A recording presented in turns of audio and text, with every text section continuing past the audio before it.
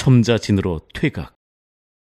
이순신은 견내량 해협의 수로가 무척 좁고 암초가 많아서 함대의 안전을 위해 매우 천천히 뒤로 빠지도록 했다.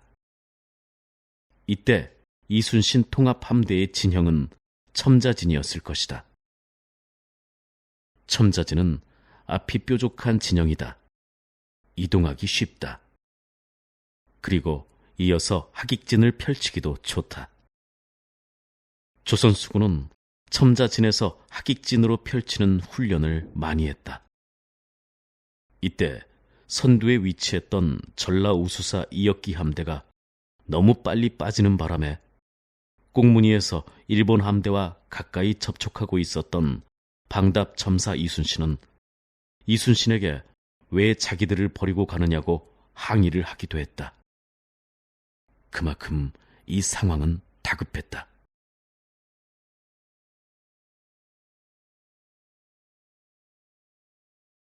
견내량의 조류. 견내량은 6시간마다 조류의 흐름이 바뀌는 곳이다.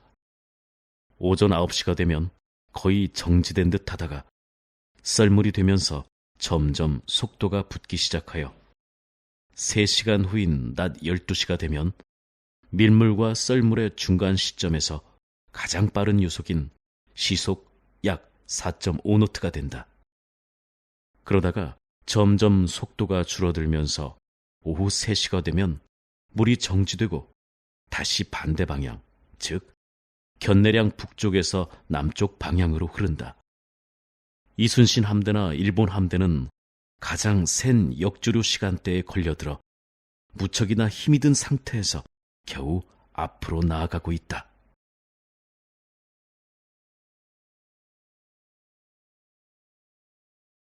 하객진을 펼쳐라. 흥분한 와키자카는 부하들을 독려했다.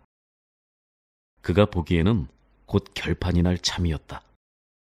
드디어 이순신의 함대는 10시경에 견내량 하구의 해관도 전방에서 출발하여 2시간 동안 약 13km의 거리를 달려 이제 한산도 서편, 화도와 방화도를 지나 넓은 바다에 당도했다.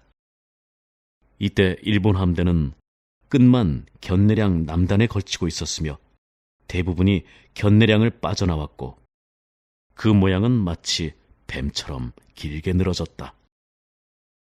해전에 있어서 결정적으로 위험한 대형이다. 이순신은 바로 이것을 노렸다. 이순신은 드디어 퇴각을 멈추도록 했다. 대체로 12시경이었다. 정신없이 뒤를 쫓던 일본 함대는 깜짝 놀라 주춤거렸고 이순신은 하객진을 명령했다. 하객진을 펼쳐라! 그 순간 조선의 함대가 마치 한 마리의 학처럼 활짝 날개를 펴고 일본 함대를 포위해 들어갔다. 이순신이 직접 지휘하는 함대는 하객진을 형성했고 그 왼편에는 이역기의 함대가 종열진을 만들어 일본 함대의 서쪽 방향으로부터 그 뒤쪽을 향해 포위하는 형태로 조여갔다. 일본 수군이 이 거대한 양방향 포위망에 빠져든 것을 인식한 것은 그리 오래지 않았다.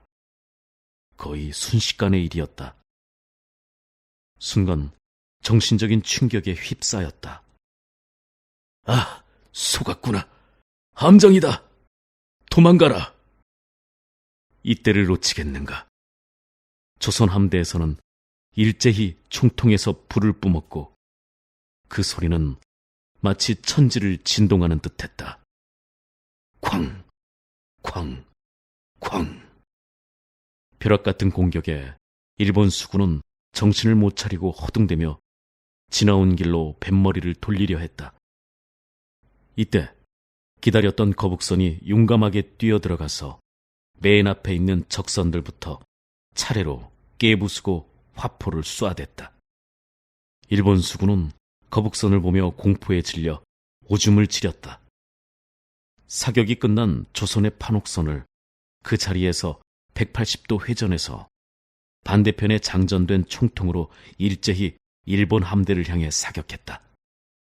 그 자리에서 빙글빙글 돌면서 조금도 틈을 주지 않고 연속적으로 총통을 쏘니 일본 수군은 더 이상 견딜 재간이 없었다.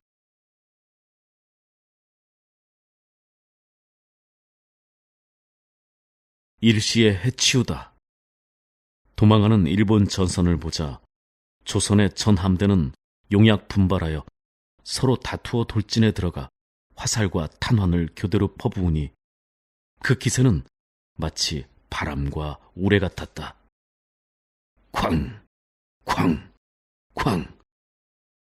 퍼부어라! 한 놈도 놓치지 마라! 이순신은 이때의 통쾌한 장면을 장계에 이렇게 적었다.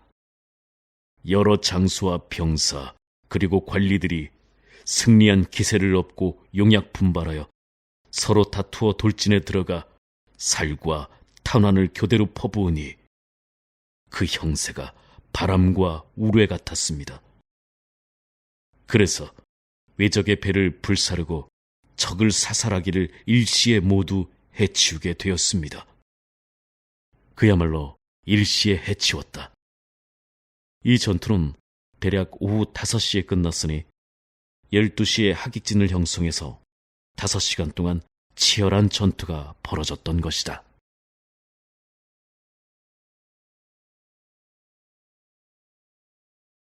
거북선의 활약과 피해. 거북선 두 척도 열심히 싸워 그 임무를 충실히 했다. 이들은 하객진의 포위 함대에서 중앙에 제일 앞에 위치하여 적의 선두를 깨고 그리고 적 진영의 중심부를 뚫고 들어가 일본 대장의 침각선을 들이받고 가까이서 총통을 쐈다. 그래서 일본 수군의 집중 사격권 안에 들 수밖에 없었고 그 사격으로 인하여 거북선 탑승 요원들이 조총에 맞아 죽거나 부상을 당하기도 했다. 영귀선에 탑승했던 김말손과 정춘이 일본군의 조총에 맞아 전사했고 이번에 새로 참전한 방답귀선의 격군 김윤방과 서우동 등 6명이 부상을 입었다. 거북선이라고 해서 어떤 상황에서도 안전한 것이 아니다. 어떤 배보다도 가장 위험한 곳에 투입되어 용감하게 싸웠기 때문에 그에 따른 피해가 있었던 것이다.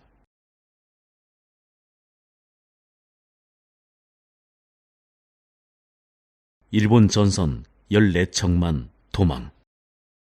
이러한 헌신적인 조선 수군의 맹활약으로 한산도 해전은 이순신의 완전한 승리로 막을 내렸다. 한치의 오차만 있었더라도 이 작전은 실패했을 것이다. 하객진의 포위망 내에 들어왔던 일본 전선은 73척 중에 59척이었다. 그 중에 48척은 격파되어 불태워졌으며 11척은 이순신의 전라 좌수군에 의해 납포되었다. 그렇다면 나머지 14척은 어디로 갔단 말인가? 당연히 뒤로 도망갔다. 이순신이 하객진을 구사할 때 그 포위망에 간신히 걸려들지 않았던 전선들이었다. 어쨌든 일단 포위망 안에 들어왔던 일본 전선들은 모두 격파되었거나 납포되었다는 결론이다. 그만큼 이순신의 하객진은 빈틈이 없었다. 이 싸움에서 와키자카의 부장이었던 와다나베를 비롯한 약 9,000명이 수장되었다.